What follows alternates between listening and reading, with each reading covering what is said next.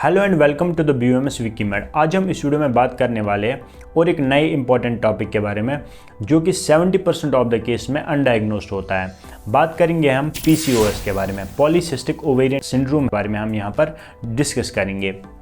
जो polycystic ovarian syndrome है, इस वीडियो में हमने इसको 4 पार्ट्स में डिवाइड किया है। फर्स्ट पार्ट में हम जानने की कोशिश करेंगे जो पॉलीसिस्टिक ओवेरियन सिंड्रोम होता है ये एक्चुअल में होता क्या है। तो सेकंड पार्ट में हम यहाँ पर डिस्कस करेंगे इसके क्लिनिकल फीचर्स, इसके साइन एंड सिम्टम्स यहाँ पर डिस्कस करेंगे कि अगर एक पेशेंट को ये सिंड्रोम है तो उसको कैसे पता चलेगा कि उसकी बॉडी में ये सिंड्रोम एग्जिस्ट करता है। थर्ड पार्ट में हम यहाँ पर डिस्कस करेंगे कि कौन कौन से ऐसे लाइफस्टाइल चेंज है जिनको हम अडॉप्ट करके इस डिजीज़ से छुटकारा पा सकते हैं। तो फोर्थ पार्ट में हम यहाँ पर डिस्कस करेंगे कि यूनानी मैनेजमेंट इसका कैसे करते हैं। तो चलते हैं हम अपने वीडियो की ओर। फर्स्ट ऑफ ऑल, जो पॉलीसिस्टिक ओवेरियन सिंड्रोम है, अगर हम इसके स्टैटिस्टिक्स के बारे में जानें, ये 7 से 13% ऑफ द रिप्रोडक्टिव फीमेल्स में पाया जाता है। और एनओवुलेशन और इनफर्टिलिटी के जो केसेस हैं, मोस्ट ऑफ द काजेज जो होते हैं वो PCOS के होते हैं। नॉर्मली होता क्या है, जो ओवरीज होती है उसमें फॉलिकल्स होते हैं और उन फॉलिकल्स से एवरी मंथ एक एग रिलीज़ होता है। वो फॉलिकल्स मैच्योर होते हैं और हर एक मंथ में एक एक एग रिलीज़ होता है। बट यहाँ पर होता क्या है, due to excess of androgen level ज़्यादा हो जाती है, जिस वजह से जो फॉलिकल है वो एग ऊज आउट नहीं कर पाते हैं। बिकॉज़ वहाँ पर बहुत सारे फॉलिकल्स जो है वो मैच्योर होते हैं, वो डेवलप होता है, तो उस वजह से उन फॉलिकल को पूरी तरीके से सपोर्ट नहीं मिल पाता है और जो फॉलिकल्स है उनमें जो oocyte है वो वहीं पर एक्यूमुलेट कर लेता है और एक्यूमुलेशन की वजह से वहाँ पर एक सैक लाइक स्ट्रक्चर बन जाता है उस फॉलिकल में, तो उसको हम सिस्ट कहते हैं। तो वहाँ पर बहुत सारे फॉलिकल्स, जैसा मैंने बताया कि डेवलप होते हैं, तो वो सभी फॉलिकल्स जो है सिस्ट की शेप में आ जाते हैं, तो उसी को हम कहते हैं पॉलीसिस्टिक ओवेरियन सिंड्रोम। तो यहाँ पर हम डिस्कस करेंगे जो एंड्रोजन की लेवल इंक्रीज हो गई वो क्यों होती है। ओवरी में एबनॉर्मल ओवर ग्रोथ हो जाती है, तो उस वजह से भी एक्सेस ऑफ एंड्रोजन होता है। ऐसा भी होता है कि ल्यूटिनाइजिंग नाम का एक हार्मोन होता है, अगर वो ज़्यादा सिक्रीट हो जाए उस वजह से भी एक्सेस ऑफ एंड्रोजन होता है।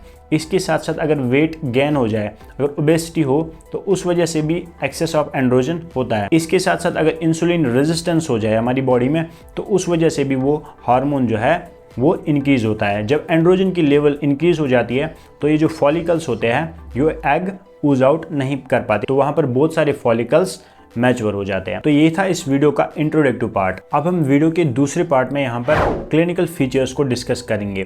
कौन कौन से ऐसे क्लिनिकल फीचर है जिससे पेशेंट को पता चलेगा, जिससे हमें पता चलेगा कि इस पेशेंट में पॉलीसिस्टिक ओवेरियन सिंड्रोम है। फर्स्ट क्लिनिकल फीचर जो होता है, पेशेंट जो कंप्लेन लेके आता है, इरेगुलर पीरियड्स होते हैं, इरेगुलर मेंस्ट्रुअल साइकिल होता है, जिसमें क्या क्या होता है, कभी कभार प्रोलॉन्ग्ड मेंस्ट्रुअल साइकिल होता है, कभी ऐसे होता है कि मेंस्ट्रुअल साइकिल पूरा एब्सेंट होता है। तो ये प्रॉब्लम पेशेंट्स में हमें देखने को मिलती है।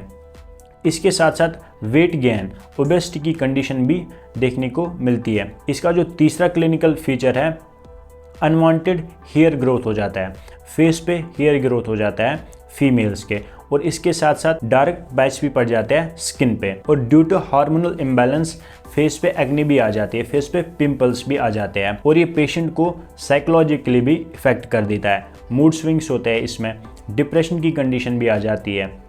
तो ये सब क्लिनिकल फीचर्स हमें इन पेशेंट्स में देखने को मिलते हैं। तो अब हम मोस्ट इंपॉर्टेंट पार्ट जो है वीडियो का, थर्ड पार्ट, यहाँ पर डिस्कस करेंगे क्या लाइफस्टाइल हम अपनाएंगे इस डिजीज़ में, क्योंकि ये जो डिजीज़ है इसका अभी कोई भी ऐसा ट्रीटमेंट नहीं है जो कि इसको कम्प्लीटली क्योर कर देता है allopathic system of the medicine में। तो हम यहाँ पर जानने की कोशिश करेंगे कि लाइफस्टाइल चेंज से हम कैसे इस डिजीज़ से हम ओवरकम कर सकते हैं। तो अब हम बात करेंगे कौन कौन से ऐसे लाइफस्टाइल चेंज हमें करने चाहिए।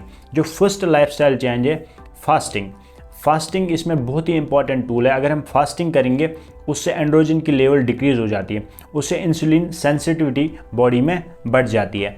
फास्टिंग कैसे करेंगे हम, एक वीक में हमें 2 बार फास्टिंग करनी चाहिए, 15 आवर्ली 16 आवर्ली, एक दिन में। दूसरा जो इंपॉर्टेंट टूल है एक्सरसाइज, हमें एक्सरसाइज करनी चाहिए 45 to 1 आवर तक हमें एक्सरसाइज करनी चाहिए एक दिन में, उससे भी हमें हेल्प मिलेगी। एक्सरसाइज हम कैसे भी करेंगे, कोई सी भी physical activity like running, like jogging, like swimming, कोई सी भी एक्सरसाइज जो इंडिविजुअल जिस एक्सरसाइज को ज़्यादा प्रेफरेंस देगा उसी को कर सकता है, जिसमें उसको इंटरेस्ट है। बट यहाँ पर क्या है कि 45 to 1 आवर तक एक इंसान को एक्सरसाइज करनी चाहिए। इसके साथ साथ हम फूड है, जो न्यूट्रिशनल इंपॉर्टेंस है इसकी बहुत ही ज़्यादा है। न्यूट्रिशन में हम क्या कर सकते हैं, जो जंक फूड्स होते हैं, जंक फूड्स हम अवॉइड कर सकते हैं। जो पैक्ड फूड होते हैं, जो पैक करके होते हैं, प्रोसेस करके आते हैं, फिर हम उसको यूज़ करते हैं, वो भी हमें अवॉइड करनी चाहिए। क्यों हमें अवॉइड करनी चाहिए? उससे इन्फ्लामेशन हो जाती है। उस इन्फ्लामेशन की वजह से हमारा जो एंड्रोजन लेवल है वो इंक्रीज़ हो जाती है और जो सिंड्रोम की जो कंडीशन है वो उससे ज़्यादा वर्स हो जाती है। इसके साथ साथ जो हम फूड खाते हैं उसको हम पीरियड्स में डिवाइड करें, उसको हम पीरियड्स में क्लासीफाई करें और उसके बाद उसको कंज्यूम करें, उससे भी बहुत ज़्यादा फ़ायदा होगा। और जो रेड मीट है उसको हमें अवॉइड करना चाहिए। अब कौन कौन सा ऐसा फूड है जो हम खा सकते हैं? फ्रूट्स को हम कंज्यूम कर सकते हैं, फ्रेश फ्रूट्स को हम कंज्यूम कर सकते हैं, वो इसमें बहुत ही ज़्यादा बेनिफिशियल होंगे। इसके साथ साथ वेजिटेबल्स हमने खाने चाहिए। लीफी वेजिटेबल हम खा सकते हैं, ग्रीन लीफी वेजिटेबल। इसके साथ साथ जो फ्लावरिंग वेजिटेबल्स होते हैं उनको भी हम कंज्यूम कर सकते हैं। और स्प्राउट्स को भी हम यूज़ कर सकते हैं। स्प्राउट्स हमारी इम्यूनिटी पावर को बूस्ट करेंगे। स्प्राउट्स को हम वीक में 1 बार या 2 बार यूज़ कर सकते हैं। ज़्यादा यूज़ करने से जो डाइजेस्टिव सिस्टम है उस पर ज़्यादा लोड पड़ जाता है, तो स्प्राउट्स को हम 1 वीक में 1 या 2 बार यूज़ कर सकते हैं। इसके साथ साथ जो ग्रेन्स होते हैं उनको भी हम यूज़ कर सकते हैं। ये जो फॉर्म ऑफ फूड है ये हम कंज्यूम कर सकते हैं। अब हम बात करेंगे वीडियो के 4th पार्ट की, जो यूनानी मैनेजमेंट है, इसमें क्या यूनानी मैनेजमेंट हम अपना सकते हैं।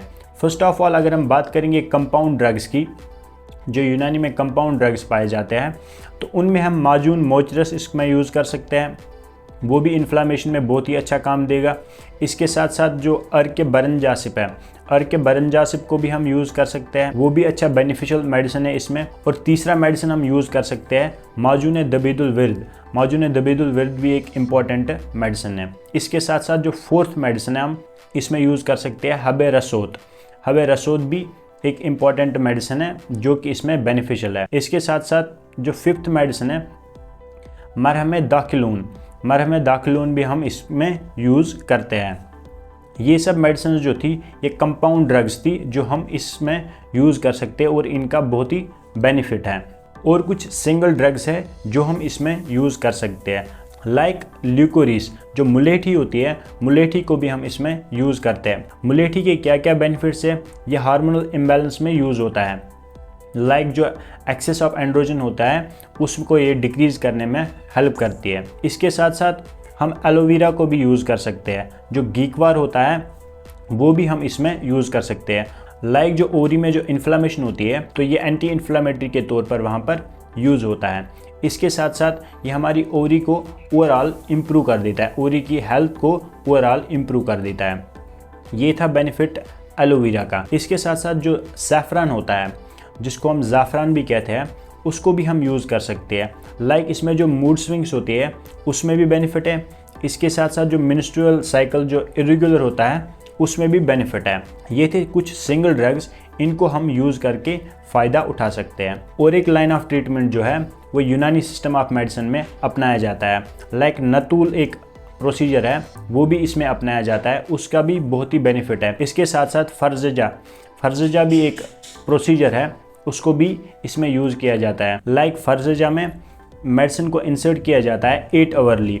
इसके साथ साथ हमूल भी एक प्रोसीजर है, उसको भी हम इसमें यूज़ कर सकते हैं, वो भी बेनिफिशियल है। और लास्टली जो यूनानी सिस्टम ऑफ मेडिसिन में एक प्रोसीजर अपनाया जाता है कॉपिंग, लोअर एब्डाउन में कॉपिंग की जाती है, वो भी इसमें बहुत ही ज़्यादा बेनिफिशियल है। तो ये सब प्रोसीजर्स हम अपनाते हैं for the PCOS in the यूनानी सिस्टम ऑफ मेडिसिन। तो लास्टली आज का वीडियो इतना ही था। मिलते हैं हम और एक नए वीडियो में जिसमें हम और एक नए टॉपिक पे बात करेंगे। तब तक के लिए अल्लाह हाफिज़।